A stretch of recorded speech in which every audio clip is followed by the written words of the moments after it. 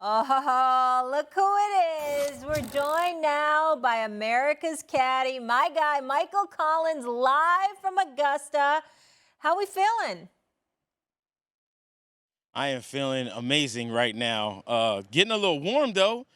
Didn't know that the forecast today was going to get up to 90 degrees, so it might not be the greatest thing having a jacket on, but I'm going to be taking this thing off before I get over there and cover the par 3 contest later on this afternoon. So this week has so far been everything we can dream of about the Masters. It has been fantastic, especially with the storylines of the PGA Tour and Live Guys and how that has kind of played out. It is the perfect week. This basically kicks off the golf season for everyone else. Yeah. We come off the March Madness and the Final Four, and it's like Masters next. Oh, yeah, golf, let's go. All right, Well, let's go, Michael. So give us reason to believe, sorry, Stephen A., that Tiger Right. could be in contention on Sunday.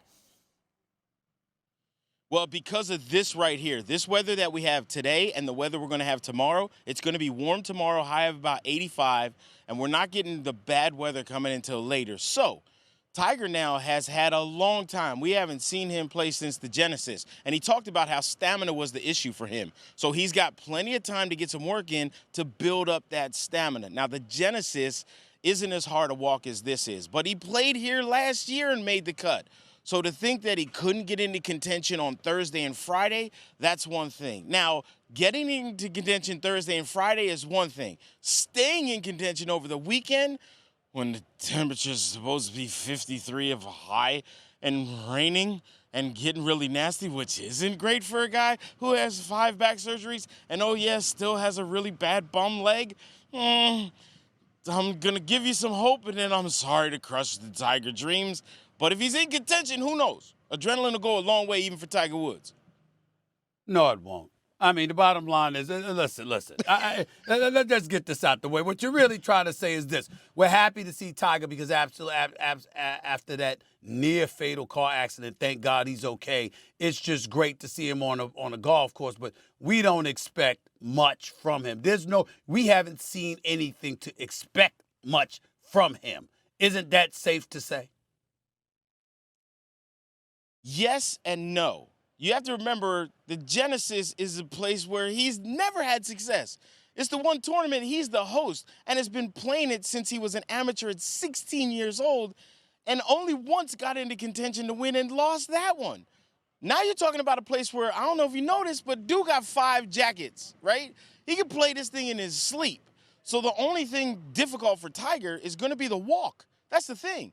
He can hit all the shots. Now, this is where you're right, Stephen A. When he won in 2019, and people forget that was before the accident that almost took his leg. Hell, it almost took Tiger from all of us. When he won in 2019, the best players in the world had some catastrophes coming down the stretch, like on hole number 12 and on hole number 15, which we rarely see. Now, those guys are probably not going to have those same catastrophes coming down the stretch. So to think that Tiger's going to get in contention and those guys are all going to fall to the wayside, I mean, that's really asking for a lot. But if we're being honest about where Tiger realistically can finish, there's only 88 guys here. The top 50 make the cut. Tiger could finish inside the top 20, and no one should be surprised if something like that happens. Fair. I know that the PGA makes Rory McIlroy its poster boy, and if you watch that full swing thing on Netflix, I mean, he's Gandhi. I understand that, but let's be honest. He hasn't won a major since 2014. Laugh, Michael. He hasn't won a major since 2014.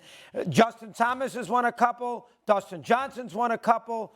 Rahm won one and everything else, and he's never won here, and he shot the 40 there on the back nine, whatever it was, 7 or 8 years ago, and he's been a mess ever since. And I don't care what he did last year. You know, he had a 64 on Sunday, and he played well. Nobody cares because he was out of the tournament. So the pressure on McIlroy, can he finally win a Masters? Let's see your thoughts on that. Yeah, the other thing about Rory McIlroy, too, is you know that Champions Dinner they had last night? Yeah, he not invited. He didn't get to go to that.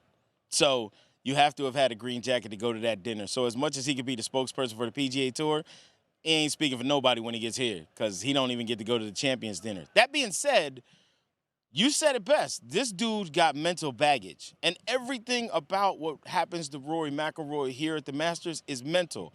And every time he does what I call a backdoor top 5, right? Like, so he has a round that ruins his chances of winning, and then on Sunday he can go crazy low, and it doesn't matter. He goes crazy low because he's playing like he don't care because he ain't going to win.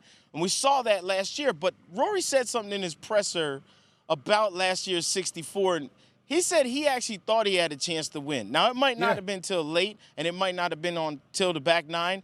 We saw that miracle hole out for the birdie on the 18th hole. He throws the club, great celebration and stuff to shoot that 64.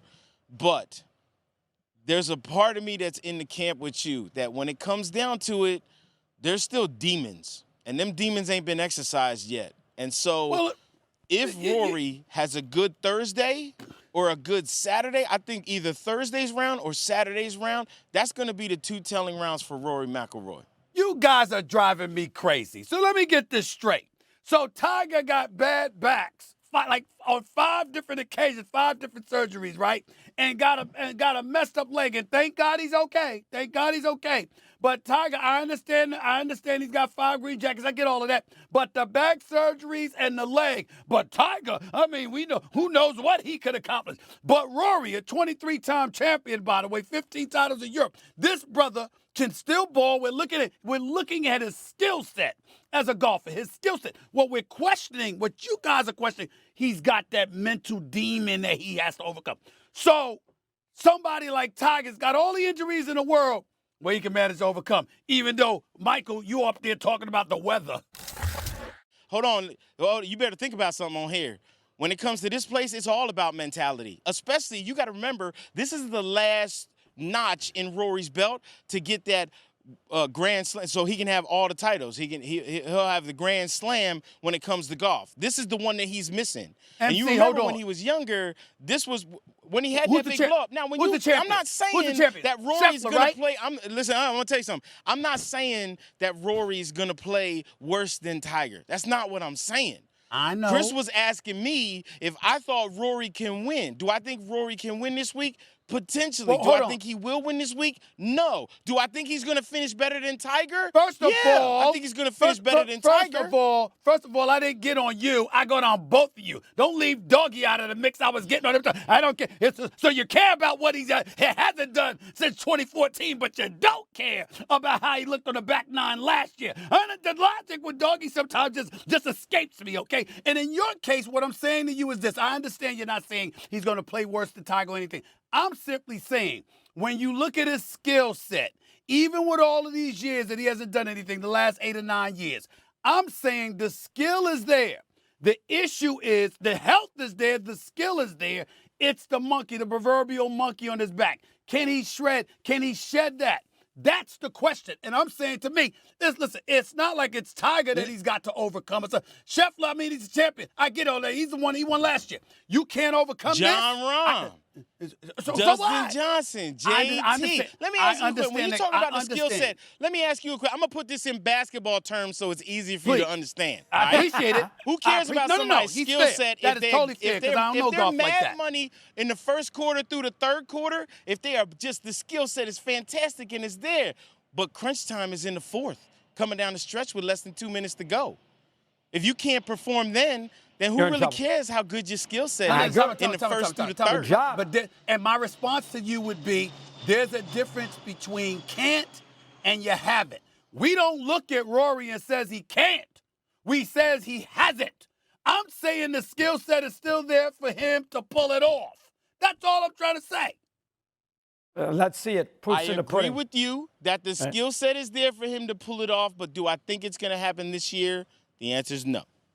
Michael, one last thing for me. I know the PJ, a lot of the guys on the PJ who work for the PJ and broadcast PJ and do the Golf Channel, all that, they seem to think that the live golfers don't have the competitive edge. They played in lousy tournaments, 54 holes, and nothing competitive and everything else. And because of that, I am going to root like the dickens for these 18 guys. There's 18 guys in the live, Johnson and Patrick Reed and DeChambeau, and there's a lot. I'm rooting for them too. So I'm going to root like hell for them because I want to see them on that back nine with a chance. Koepka, people like that. So the question is, do you buy the fact that this not playing really anything competitively, Cameron Smith, that's going to affect them here at Augusta? Or do you think golf's golf, they'll rise to the occasion in the big event, and as a result, we'll see a lot of these 18 guys on Sunday in the back nine? What's your take with that? All 18 guys, I don't think you should expect a whole lot out of. Hell, the guy who's ranked the highest in the world golf rankings, Cam Smith, he already admitted in his presser that he's not coming in nearly in form like he was last year coming in. But he just hasn't done the prep. Now, that being said, all of those live guys also are hearing all that noise. So they're thinking to themselves, now we got to put ourselves in position. And I'm going to tell you right now, Brooks Koepka won last week. Patrick Reed shot 3 really consistent rounds last week, and those guys all won a shot. DJ, Dustin Johnson, Brooks Koepka, Patrick Reed, they are all licking their chops. Now, that also puts a little extra pressure, which they're doing that to themselves because they know of all the talk that's going on out there. But I'm going to tell you right now, if it comes down to it and one of those guys is in contention going into the back nine on Sunday, and God forbid one of the live players wins this thing, don't, I'm with y'all. We'll be sitting on the edge of our couch just like this, just hearing all the just haters from who are only on the PGA Tour side. Thanks for watching ESPN on YouTube. For live streaming, sports, and premium content, subscribe to ESPN+.